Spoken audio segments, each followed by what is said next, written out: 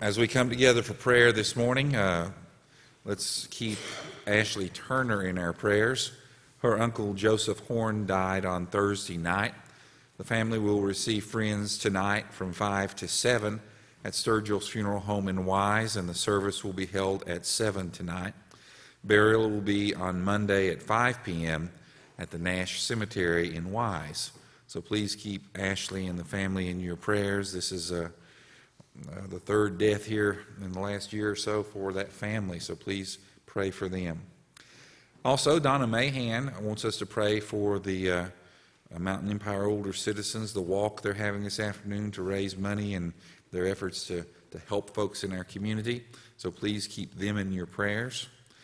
Yesterday, Peggy Beverly, her leg broke just below the hip as she was sitting down.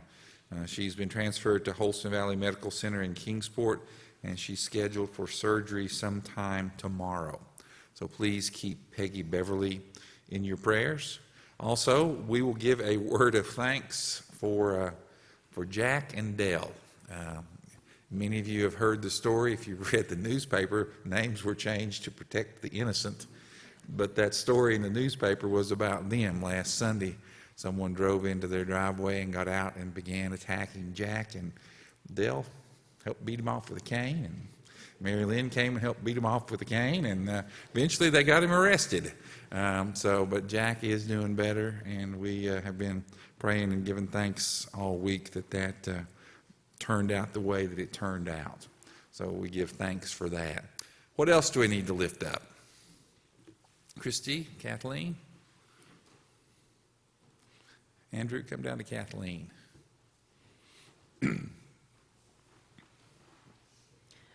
Last week I asked for prayer for my friend Stephen Sproles, who was at that time in the hospital with a discovered lesion on his brain.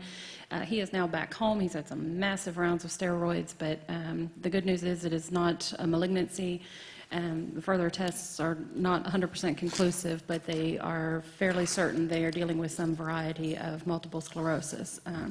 So not a fantastic outlook, but much better than what it could have been, and he's relieved to be starting to get towards an answer. So if we can continue to keep him and his family in prayer, that would be great. Okay, Kathleen. I would like to request prayer for the Mills family in Quarryville, Pennsylvania, and in memory of my sister Naomi Mills. Okay, that's right. Kathleen's sister died this week as well up in Pennsylvania, so please keep that family in your prayers.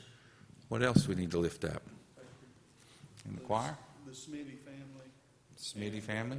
Jim Colley's family. And Jim Colley's family? What else? Evan and Scotty, who sings in the choir, are off after his message this morning in Flatwoods, are off to Georgia for mission this week. Okay, Evan graduated yesterday. Scotty. Scotty graduated yesterday, and they're off after Evan preaches this morning for a mission trip in Georgia. One more. Susie, who I know some of the ladies at church go to her beauty shop, she called this morning. She had gone to the hospital last night. They finally put her in a room this morning at 5 a.m. with leg trouble, and they still don't know what's wrong with her. So Okay. she's the one that failed a couple. Oh, okay. Your cousin Susie. Susie Richards. Susie Richards. Okay. Need to mention the wedding. Ben and Harding and Kira Mead were joined together in holy matrimony this past Friday night here at the church, and they're off the Pigeon Forge for a weekend getaway. So let's keep them in our prayers. What else do we need to lift up? 2 weeks ago, a teacher at our school, Carolina Fleming, she teaches Spanish at the middle school and the high school. Her 22-month-old grandson was diagnosed with type 1 diabetes. So he's been in the hospital in Knoxville. He's out now, but if you could please keep him in, his name is Max, if you can keep him and his family in your prayers, because there's going to be a lot of changes for them. Okay. What else? Pardon? Well, I kind of have one, but you know where they're going to close Appalachia, and that's where Addison goes. And there, of course, there's a lot of children up there, but I just think we need to keep those children until teachers in our thoughts and our prayers, just because it'll be a transition for them and probably a little difficult. So I just would like everybody to, kind of keep them in their thoughts and prayers as they transition to a new environment and a new school and different things that, will happen. So, Okay. the children are so important that we need to hope that it's a peaceful and easy transition for them. Okay. What else? Well, we're happy that we've got Colson and John here visiting. All right. Glad y'all are here too. What else? Let's go before the Lord in prayer.